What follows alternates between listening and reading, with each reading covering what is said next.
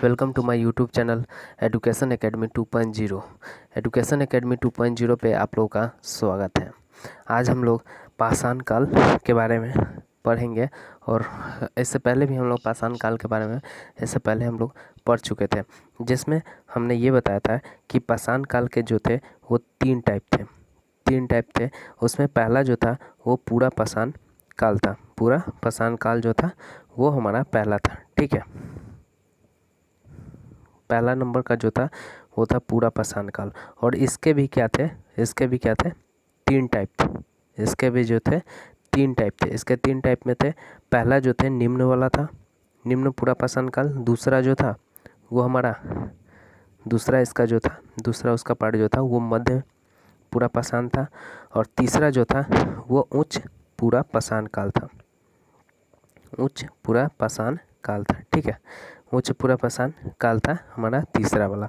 उसके बाद जो हमारा आता है मध्य पाषाण काल और फिर हमारा नव पाषाण काल। और इसका मैंने पीरियड के बारे में इसको बता चुका था, इस सब के पीरियड के बारे में आपको, ठीक है। तो हम लोग यहाँ तक कर चुके थे। हम लोग ये जो टॉपिक था ये हम लोग कल पूरे कर चुके थे। यहाँ तक हम लोग लास्ट टॉपिक जो था ये हम लोग कर चुके थे कि नव पाषाण काल का जो शब्द पहली बार जिस शब्द का प्रयोग किया गया था वो 1865 ईस्वी में किया गया था और सर जॉन लुबाक के द्वारा किया गया था। सर जॉन लुबाक जो थे वो एक बहुत बड़े इतिहासकार थे, जिन्होंने पहली बार नव पाषाण काल जो शब्द है उसका उन्होंने प्रयोग किया था, ठीक है। इसका इन्होंने पहली बार प्रयोग किया था। तो आज हम लोग उसके आगे जो कुछ पार्ट है उसके बारे में आज हम लोग पढ़ेंगे। और फिर हम इसी लेक्चर में हो सके तो हम लोग हड़प्पा सभ्यता के बारे में भी आज कुछ पार्ट उसका हम लोग आज पढ़ेंगे, ठीक है। तो हम लोग स्टार्ट करते हैं कल जहाँ तक मैंने आपको छोड़ा था उसके आगे वाले। तो हम लोग आज फिर उससे आगे जो है जो बाकी जो बचे हुए थे उसके बारे में आज हम लोग पढ़ेंगे, ठीक है। तो उसका जो अगला पोर्शन है, अगला पार्ट जो है उसके बारे में हम लोग पढ़ेंगे। तो ये है कि आर्कोलॉजिकल सर्वे ऑफ इंडिया किसे सर्वप्रथम इसका जो महानिदेशक बनाया गया था वो कौन थे। आर्कोलॉजिकल यानी भारतीय पुरातत्व जो है, भारतीय पुरातत्व सर्वेक्षण एक विभाग है, उसका महानिदेशक पहली बार किसे बनाया गया था। इसका महानिदेशक जो था वो पहली बार किसे बनाया गया था, तो उसके बारे में पूछा जा रहा है। तो वो जो महानिदेशक जो थे हमारे वो थे जॉन मार्शल क्या थे हमारे भारतीय पुरातत्व सर्वेक्षण विभाग के जो थे वो महानिदेशक थे, यानी कि आर्कोलॉजिकल सर्वे ऑफ इंडिया, ठीक है। उसके बाद भारतीय पुरातत्व के जो पिता थे, भारतीय पुरातत्व के जनक, जिसका पिता फादर ऑफ इंडियन आर्कोलॉजी कहा जाता है, जिसे फादर ऑफ इंडियन आर्कोलॉजी कहा जाता है, या हिंदी में कहे तो भारतीय पुरातत्व का जो जनक है उसे जनक को वो कौन थे और किसे कहा जाता था, तो वो थे अलेक्जेंडर कनिंघम जो थे उन्हें ही फादर ऑफ इंडियन आर्कोलॉजी कहा जाता था, अलेक्जेंडर को। भारत के किस आरंभिक पूरा पाषाण युग के शिलाश्रय से सर्वाधिक मानचित्र प्राप्त हुए हैं। तो भारत के कह रहा है कि भारत के किस आरंभिक यानी कि ऐसा कौन सा आरंभिक काल था उस समय। तो आरंभिक काल तो हमारा पूरा पाषाण काल था। उस समय पूरा पाषाण काल के आरंभिक काल में ही वो भी शिलाश्रय आश्रय से सर्वाधिक चित्र प्राप्त हुआ है। तो वो कौन सा जगह था जहाँ से सबसे ज़्यादा जो है वो शिलाश्रय चित्र का जो सर्वाधिक चित्र मिला है वो कौन सा जगह है, तो वो है हमारा भीमबेटका जो कि वर्तमान में मध्य प्रदेश में है। भीमबेटका मिला था और पहले भी ये मध्य प्रदेश में ही पड़ता था, ठीक है। तो ये इस जगह से ही भीमबेटका नामक जगह है, इस जगह से ही सर्वाधिक शिला आश्रय का जो चित्र मिला है वो भीमबेटका प्रदेश से ही मिला है, भीमबेटका मध्य प्रदेश से ही मिला है। कुंभकारी जो मिट्टी के बर्तन जो बनाया जाता था और बनाने की जो कला जिसमें हो जाता था, जिसके पास मिट्टी के बर्तन को बनाने का जो कला होता था उसे कुंभकारी या अभी जिसे हम लोग कुम्हार बोलते हैं, अपने लैंग्वेज में कहा जाए तो उसे हम लोग कुम्हार बोलते हैं। जो मिट्टी के बर्तन बनाते हैं वही उन्हीं लोगों को हम लोग पहले कुंभकारी बोला करते थे, जो मिट्टी के बर्तन का डिजाइनिंग करते थे और साथ ही साथ उसका जो स्वरूप तैयार करते थे, मिट्टी से जो बर्तन बना के उनका जो स्वरूप होता था वो तैयार करते थे, तो वो कहलाते थे हमारे कुंभकारी। तो उसमें ये क्वेश्चन पूछ रहा है कि वो सबसे पहले सर्वप्रथम प्रमाण किस युग में इसका मिला था। जो कुंभकारियों के द्वारा जो बर्तन बनाया गया था उसका जो साक्ष्य मिला वो किस काल से मिला था। तो पाषाण काल के तीन काल थे। तो उसमें से जो लास्ट वाला था हमारा नवपाषाण काल जो नवपाषाण काल जिससे हम लोगों को हमें यानी कि मिट्टी के बर्तन बनाने की जो कला का जो स्वरूप या साक्ष्य जो मिला है तो वो नवपाषाण काल से मिला है, नवपाषाण काल से ही मिला है। ठीक है, अब बोला जा रहा है कि पेवल उपकरण किससे संबंधित है। तो पेवल उपकरण जो है निम्न पूरा पाषाण काल से संबंधित है। पेवल उपकरण जो है निम्न पूरा पाषाण काल से संबंधित है, जो कि निम्न पूरा पाषाण काल जो है वो पूरा पाषाण काल के ही टाइप है। ठीक है, जिनका पीरियड जो था 26 लाख से लेकर इनका जो पीरियड था वो 26 लाख ईसा पूर्व से लेकर 50,000 से लेकर 50,000 ईसा पूर्व तक इसका पीरियड माना जाता है। इसका पीरियड जो है वो 50,000 ईसा पूर्व तक इसका पीरियड माना जाता है। ठीक है, तो ये साक्ष्य जो मिला था वो हमें नवपाषाण काल से ही मिला है। ठीक है, कुंभकारी का जो बर्तन मिला है वो नवपाषाण काल से मिला और पेवल उपकरण जो है उसका जो साक्ष्य मिला है वो निम्न पाषाण काल से मिला है। ठीक है, अगला हम लोग देखते हैं कि ताम्रवती के नाम से कौन सी संस्कृति प्रसिद्ध हुई थी। ताम्रवती के नाम से कौन सी संस्कृति प्रसिद्ध हुई थी। तो ये आहार संस्कृति जो है ये ताम्रवती के नाम से ही प्रसिद्ध हुई थी। माइक्रोलिथिक औजार ये संबंधित कौन से काल से था। ये संबंधित जो है वो कौन से काल से था। तो ये मध्य पाषाण काल से संबंधित था। मध्य पाषाण काल जो है उससे संबंधित था ये हमारा माइक्रोलिथिक औजार। तो हमारा जो था माइक्रोलिथिक औजार का जो साक्ष्य मिला है और ये किससे संबंधित है। तो ये हमारा जो संबंधित है वो मध्य पाषाण काल से संबंधित है। किससे संबंधित है। मध्य पाषाण काल से संबंधित है। अगला जो है बेलन घाटी से प्राप्त औजार किस काल से संबंधित है। बेलन घाटी से प्राप्त जो औजार है वो किस घाटी से संबंधित है। तो ये हमारा निम्न पाषाण काल से संबंधित है। निम्न पूरा पाषाण काल से संबंधित हमारा बेलन घाटी से जो औजार जो है संबंधित है तो निम्न पूरा पाषाण काल से संबंधित है। मानव की आखेटक और खाद्य संग्रह की जो अवस्था थी वो किस काल से जुड़ी हुई है। तो ये जुड़ी हुई है पूरा पाषाण काल से भी इसकी अवस्था जुड़ी हुई है। और उसके बाद जो हम लोग को आगे है कि ताम्रपाषाण काल संस्कृति में से ही महाराष्ट्र के जो मृतक लोगों को घर के फर्श के नीचे ही उत्तर से दक्षिण दिशा में दफनाते थे। कहा जा रहा है कि महाराष्ट्र सबसे पहले कि ताम्रपाषाण कालीन की संस्कृति की जब शुरुआत हुई थी तो उस समय महाराष्ट्र के जब लोग मतलब मृत्यु के शिकार होते थे या उनका मृत्यु हो जाता था तो उन्हें किया जाता था कि घर पर ही उत्तर से दक्षिण की दिशा में क्या करते थे, उन्हें लेटाकर और उन्हें उस उत्तर से ही दक्षिण की दिशा में उन्हें दफनाया जाता था। तो ये हमारा जो संस्कृति था, ये रीति रिवाज जो था वो था कहाँ पे, महाराष्ट्र से शुरू हुआ था और ये था हमारा ताम्रपाषाण संस्कृति से रिलेटेड था। ठीक है। और अगला जो है, भारत के दो सर्वाधिक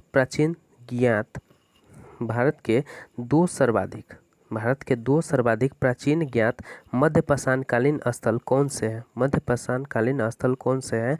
तो वह है महदहा और सराय नाहर राय। ठीक है। आधुनिक मानव होमोसेपियंस का प्रादुर्भाव कब से हुआ था? आधुनिक मानव का जो होमोसेपियन जिसे बोला जाता था, तो इसका प्रादुर्भाव कब से हुआ था? तो ये उच्च पुरापाषाण काल से आरंभ हुआ था। उच्च पुरापाषाण काल से ही इसका आरंभ हुआ था, होमोसेपियंस का प्रादुर्भाव। ठीक है।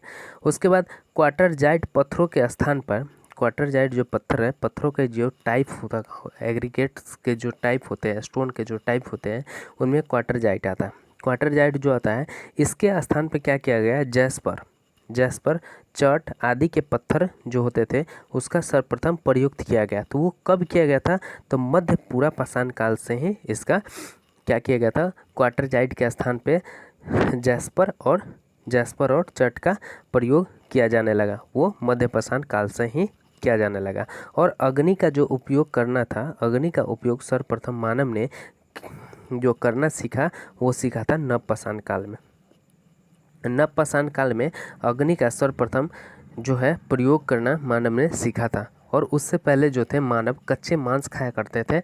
ठीक है। किसी भी जंगली जानवर को मारकर वो कच्चे मांस चबा जाया करते थे। लेकिन जब अग्नि यानी आग का खोज जब हुआ, आग का जो खोज हुआ नवपाषाण काल में, उसके बाद से उनके अंदर जो मतलब एक डेवलपमेंट आया, एक विकास हुआ कि कच्चा मांस खाने से मतलब कोई ना कोई प्रॉब्लम होता था, ठीक, कोई रोग होता था।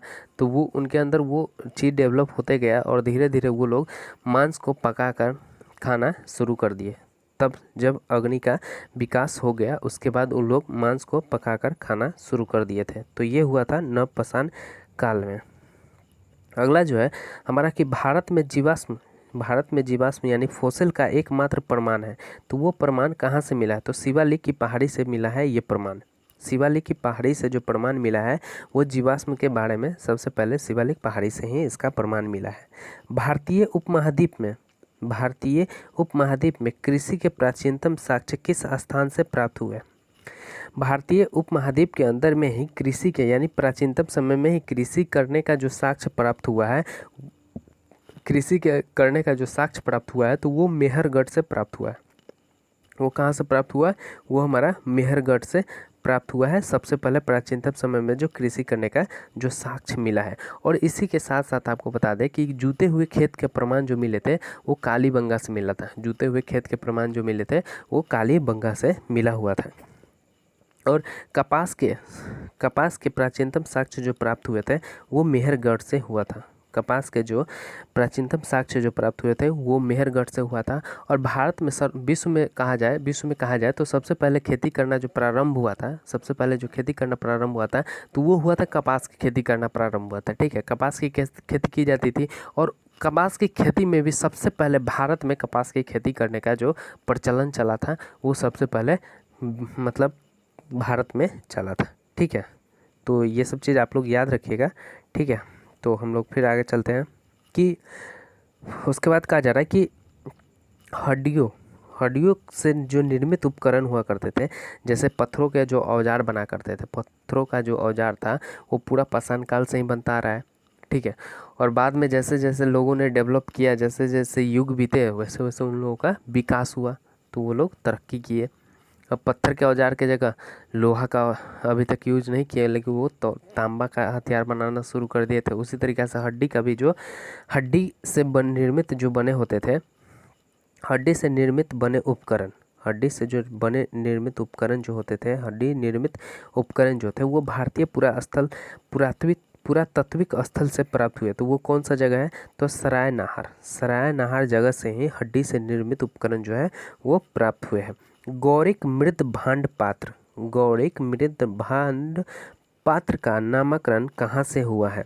तो हस्तिनापुर से नामकरण किया गया। इसका गौरिक मृद भांड पात्र का नामकरण किया गया था। ठीक है।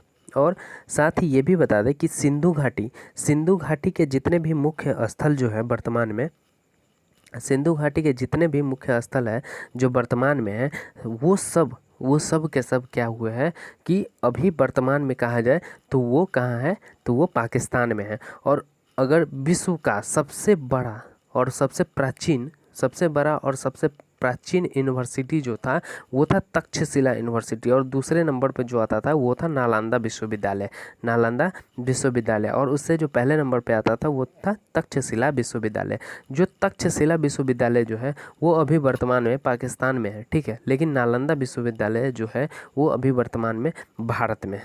जब भारत और पाकिस्तान का विभाजन जब हुआ था उसके बाद जो सिंधु घाटी के जितने भी स्थल, जो मुख्य स्थल जो थे वो पाकिस्तान में चले गए, और कुछ यूनिवर्सिटी का भी वहाँ से कटकर वो मतलब जो सीमा बनी, उसके बाद वो सीमा जो बनने के बाद कुछ हिस्सा जो पाकिस्तान में चला गया और कुछ हिस्सा जो है वो इंडिया में चला गया, ठीक है।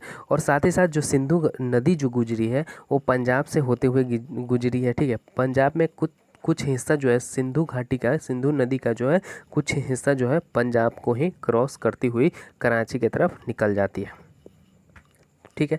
तो सिंधु घाटी के सभ्यता के जो मुख्य स्थल जो है मोहनजोदारो हो गए, चनहुद्रो हो गए, सुतका गेंडोर हो गए, हड़प्पा तथा कोट दीदीज जो है ये सब वर्तमान में कहाँ है, तो वर्तमान में स्थित है हमारा पाकिस्तान में, ठीक है। तो अब हम लोग पढ़ते हैं नवपाषाण काल में के समय जो स्थल थे वहाँ से कुछ न कुछ हमें साक्ष्य प्राप्त हुआ है, तो उस जो साक्ष्य जो प्रमाण मिले हैं उस प्रमाण के बारे में आज हम लोग फिर उस प्रमाण के बारे में हम लोग जानते हैं कि कौन से स्थल से हमें कौन सा प्रमाण मिला है, वो भी नवपाषाण काल में, ठीक है। तो जो बुर्ज होम होता था, बुर्ज होम एक जगह का नाम है, बुर्ज होम एक स्थल है जो कि अभी वर्तमान में जम्मू कश्मीर में पड़ता है, वो कश्मीर बोला गया है, यानी कि जम्मू कश्मीर और कश्मीर जो है कश्मीर से थोड़ा सा दूर है, तो वो जम्मू कश्मीर दोनों एक ही है, ठीक है। तो वो कश्मीर में ही बुर्ज होम है, और वहाँ पे क्या मिला है कि कब्रों यानी कहा जाए जब आदमी को दफनाया जाता है तो उस दफनाने से पहले एक कब्र खोदा जाता था, मिट्टी से एक गड्ढा खोदा जाता है, उसे ही कब्र कहा जाता है। तो उस कब्र के अंदर में मालिक के साथ कुत्ते के दफनाने का साक्ष्य प्रमाण हुआ है। तो कहाँ से मिला है ये प्रमाण? ये मिला है हमें बुर्ज होम कश्मीर से क्या मिला है? मालिक के साथ कुत्ते को दफनाने का साक्ष्य मिला है, ठीक है। तो ये मिला है हमें बुर्ज होम से, ठीक है। और जब मालिक का डेथ होता था उसके साथ साथ कुत्ते को भी दफना दिया जाता होगा, ऐसा वहाँ से साक्ष्य मिला है। तो कहने का सोर्स ये भी बनता है कि जब उनका जो भी पशु हुआ करता था, पालतू पशु, तो वैसे भी शुरू से ही कुत्ता को ही माना गया है प्राचीन काल के अनुसार। तो प्राचीन काल के अनुसार कुत्ता को ही माना गया, तो मालिक के साथ साथ कुत्ते को भी दफनाने का वहाँ पे साथ प्रथा चलता होगा। तो उसके अनुसार अगर देखा जाए तो यहाँ से जो साक्ष्य प्राप्त हुए हैं तो हम उसे यही कह सकते हैं कि मालिक के साथ साथ कुत्ते का भी साक्ष्य जो मिला है वो बुर्ज होम से मिला है, वो भी कश्मीर से मिला है, ठीक है, कश्मीर से मिला है। और उसके बाद गुफ कराल जो है वो भी कश्मीर का है। गुफ कराल वहाँ से क्या मिला है? वो कृषि यानी खेती और पशुपालन के साथ मिले हैं। कृषि करना भी और पशुपालन करना भी दोनों के साथ, दोनों एक ही साथ साक्ष्य जो मिला है वो गुफ कराल यानी कि कश्मीर से ही इसके भी साक्ष्य प्राप्त हुए हैं। साथ ही साथ ये बता दूं आपको कि हड्डी से निर्मित जो उपकरण हुआ करते थे, हड्डी से निर्मित उपकरण औजार जो होते थे, ठीक है, उपकरण या औजार। उसके बाद धूसर मृद भांडों का प्रमाण, उसके बाद सिलबट्टा व हड्डियों से निर्मित सुई के जो साक्ष्य का प्रमाण मिला है वो कहाँ से मिला है? तो वो मिला है गुफराल कश्मीर से ये प्रमाण मिला है। गुफराल कश्मीर से क्या प्रमाण मिला है?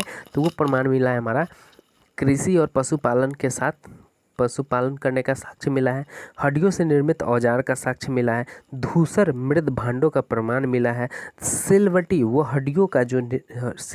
हड्डियों से जो मिलाकर एक सुई का निर्माण किया जाता था उसका भी प्रमाण जो मिला है हमें गुफराल कश्मीर से ही मिला है, ठीक है। उसके बाद मेहरगढ़, मेहरगढ़ जो कि अभी वर्तमान में कहा जाए तो वो पाकिस्तान में है। तो मेहरगढ़ से हमें गेहूं की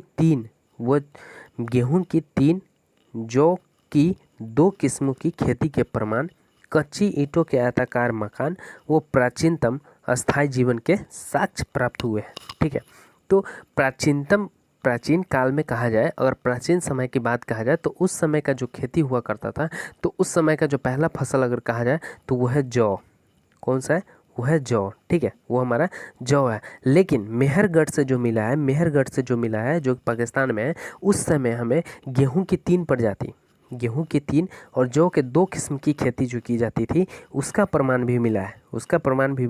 साथ ही साथ कच्ची ईंटों का, यानी कि कच्चा ईंटा जो होता था वो पक्का नहीं होता था, लेकिन ईंटा बना होता था, आयताकार होता था, उसके मकान भी मिले हैं। और प्राचीनतम अस्थायी जीवन के साक्ष्य भी वहाँ से प्राप्त हुए, प्राचीनतम साक्ष्य जीवन के भी अस्थायी जो है वो प्राप्त हुए हैं। तो ये हो गया हमारा, ये सब प्राप्त जो हुआ है, ये सब हमारा कहाँ से हुआ है? मेहरगढ़ पाकिस्तान से। ठीक है, उसके बाद महदहा जो अभी वर्तमान में वो कहाँ है? तो वो उत्तर प्रदेश में है। वर्तमान में जो है वो अभी उत्तर प्रदेश में है, महदहा। ठीक है, वहाँ पे क्या मिला है? गोलाकार झोपड़ियों के प्रमाण, धान के अलावा जौ की खेती वो पशु बाड़ा के भी साक्ष्य मिले हैं। यानी कि महदहा से क्या मिला है? गोलाकार झोपड़ियाँ कहने का मतलब है कि नीचे से जाता है तो 2 पैरेलल लाइन की तरह एक मतलब वर्टिकल 2 लाइन खड़े कर दो, उसके बाद धीरे धीरे ये ऐसे गुफा की तरह बन के ये गोला होता था। ठीक है, ये इस टाइप से कहा जाए तो ये इस टाइप से होता था। ठीक है, इस टाइप की झोपड़ी होता था, गोलाकार झोपड़ी के प्रमाण महदहा उत्तर प्रदेश से मिला है। धान के साथ साथ जौ की जो खेती की जाती थी उसका भी साक्ष्य मिला, और साथ ही साथ ये पशुवाड़ा का भी साक्ष्य मिला है महदहा उत्तर प्रदेश से। उसके बाद कोल्डी हवा जो है वो भी उत्तर प्रदेश में ही पड़ता है, और वहाँ से भी धान की खेती के साक्ष्य मिले हैं। धान के खेती के साथ जो धान की खेती भारत में नहीं है बल्कि विश्व में सबसे प्राचीन साक्ष्य माना जाता है, कहा जाए तो कोल्डी हवा से जो मिला उत्तर प्रदेश में जो साक्ष्य मिले हैं धान की खेती के प्रमाण, ये सिर्फ भारत में ही नहीं मिला। ठीक है, ये विश्व स्तर पर जो था वो सबसे प्राचीन खेती किया जाता था, सबसे प्राचीन खेती जो था वो विश्व स्तर पर था। लेकिन इसका जो साक्ष्य मिला वो कहाँ मिला है? वो मिला है उत्तर प्रदेश कोल्डीहवा से। ठीक है, उसके बाद है संगनकल्लू जो कि वर्तमान में कहाँ है? संगनकल्लू यह वर्तमान में हमारा कर्नाटक में है। संगनकल्लू कहाँ है? कर्नाटक में। राख के टीले जो है यहाँ से प्राप्त हुए थे। ठीक है, संगनकल्लू से राख के टीले प्राप्त हुए हैं, और बेल्लारी जिला जो है अभी भी अवस्थित है कर्नाटक में। ठीक है, उसके बाद पिकलीहल जो है वो कर्नाटक में है। पिकलीहल कहाँ है? कर्नाटक में। तो ये मिले हैं राख के ढेर वो निवास स्थल के साक्ष्य जो प्राप्त हुए हैं वो हुए हैं पिकलीहल कर्नाटक से प्राप्त हुए हैं। चौपानी मांडो जो है ये उत्तर प्रदेश के हैं। ठीक है, चौपानी मांडो जो है ये उत्तर प्रदेश से, और यहाँ से क्या हुआ है? मधुमक्खी के छत्ते जैसी झोपड़ी, जैसे एक गोलाकार झोपड़ी मिला था, वो मिला था उत्तर प्रदेश से ही मिला था। कहाँ से मिला था? महदहा से मिला था। और दूसरा जो झोपड़ी मिला है वो जैसे मधुमक्खी के जो छत्ते हुआ करते हैं, छत्ते जो बनाती है मधुमक्खियाँ, जो छत्ते बनाती है अपना गुफा कहा जाए, तो उस टाइप की जो झोपड़ियाँ है उस टाइप की एक झोपड़ियों के साक्ष्य मिले हैं। साथ ही साथ हस्त से निर्मित मृद भांड के भी साक्ष्य मिले हैं वहाँ से। ठीक है, और जो झोपड़ियाँ होती थी वो ज्यामितीय आकार के सूक्ष्म प्रमाण भी वहाँ से मिले। सारू तारू जो जगह है वो है असम में। वहाँ से गुवाहाटी में जब उत्खनन हुआ, गुवाहाटी के समीप जब उत्खनन किया गया तो वहाँ से आदिम कुल्हाड़ियाँ और चित्रित मृद भांड भी प्राप्त हुए थे। आदिम कुल्हाड़ियाँ यानी जिसे हम लोग टेंगारी बोलते हैं, लोकल लैंग्वेज में टेंगारी, लेकिन उसे कुल्हाड़ी कहा जाता है, कुल्हाड़ी।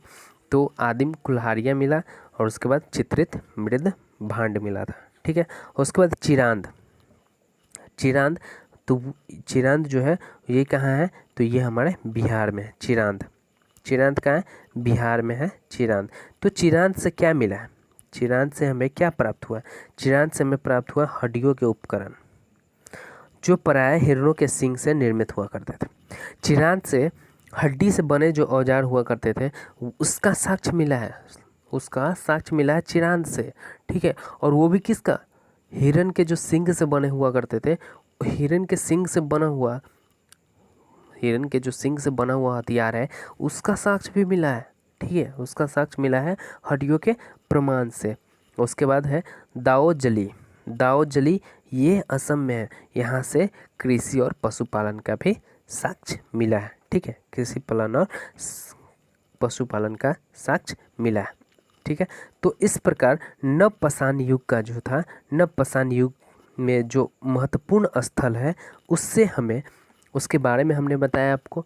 साथ ही साथ ये भी बताया कि कौन से राज्य में और कौन से जगह में, राज्य के अंदर में कौन सी जगह है, उसके बाद क्या क्या साक्ष्य प्राप्त हुआ है, उसके बारे में हमने आपको ये जानकारी अच्छे से दी, ठीक है। अच्छे से आप लोगों को ये जानकारी दिया गया। तो एक बार आप लोग इसे रिपीट कर लीजिएगा। बुर्जहोम, गुफ कराल, मेहरगढ़, महदहा, कोल्डीहवा, संगनकलू, फिकलीहल, चौपानी कमांडो और सारूतारा, चिरांद और दाओजली जो कि असम में है। लास्टली दाओजली जो है वो असम में है और वहाँ से क्या मिला है, कृषि और पशु का। तो ये आप लोग एक बार और रिपीट कर लीजिएगा, ठीक है। और साथ ही साथ ये हमारा नब्दा टोली नामक ताम्रपाषाण कालीन स्थल का जो उत्खनन किया गया था, नब्दा टोली नामक ताम्रपाषाण कालिक स्थल का जो उत्खनन किया गया था, उत्खनन यानी कि खुदाई जब की गई थी तो उस समय एच.डी. सांकलिया जो हुआ करते थे, एच.डी. सांकलिया जो थे वो एक बहुत बड़े इतिहासकार थे। वो क्या थे, एक बहुत बड़े इतिहासकार थे जो वर्तमान में अगर कहा जाए तो नब्दा टोली जो है वर्तमान में कहाँ अवस्थित है, वो मध्य प्रदेश में अवस्थित है। वर्तमान में अभी नब्दा टोली जो है वो मध्य प्रदेश में क्या है, स्थित है, अवस्थित है, ठीक है। और उस समय जो इतिहासकार जो थे, जो उत्खनन के बारे में ज़्यादा नॉलेज लेते थे और उसके साक्ष्य का जो प्रमाण मिलता था उसके बारे में हमें बताया करते थे, तो वो थे एच.डी. सांकलिया। तो इस प्रकार जो है हमारा, इस प्रकार हमारा पाषाण युग जो है, पाषाण काल जो है हमारा होता है समाप्त। इसके साथ ही हमारा पाषाण काल जो होता है वो होता है समाप्त। और हम लोग कल हमारा जो लेक्चर स्टार्ट होगा वो होगा हड़प्पा संस्कृति। कल जो होगा वो हम लोग पढ़ेंगे, क्या पढ़ेंगे, हड़प्पा संस्कृति या हड़प्पा सभ्यता, ठीक है। उसके बारे में हम लोग कल अच्छे से पढ़ेंगे। तो हमारा ये पाषाण काल का दूसरा लेक्चर था जो कि आप लोगों को बहुत अच्छे से पहला लेक्चर मैंने पढ़ाया था और आप लोगों को अच्छा लगा होगा। तो लाइक ज़रूर कर दीजिएगा और साथ ही में कमेंट में ही करके बता दीजिएगा कि वीडियो आप लोगों को कैसा लगा। और साथ ही ये हमारा दूसरा जो लेक्चर है वो है पाषाण काल का। आज हम लोग पाषाण काल को द एंड करते हैं, समाप्त करते हैं यहीं पे।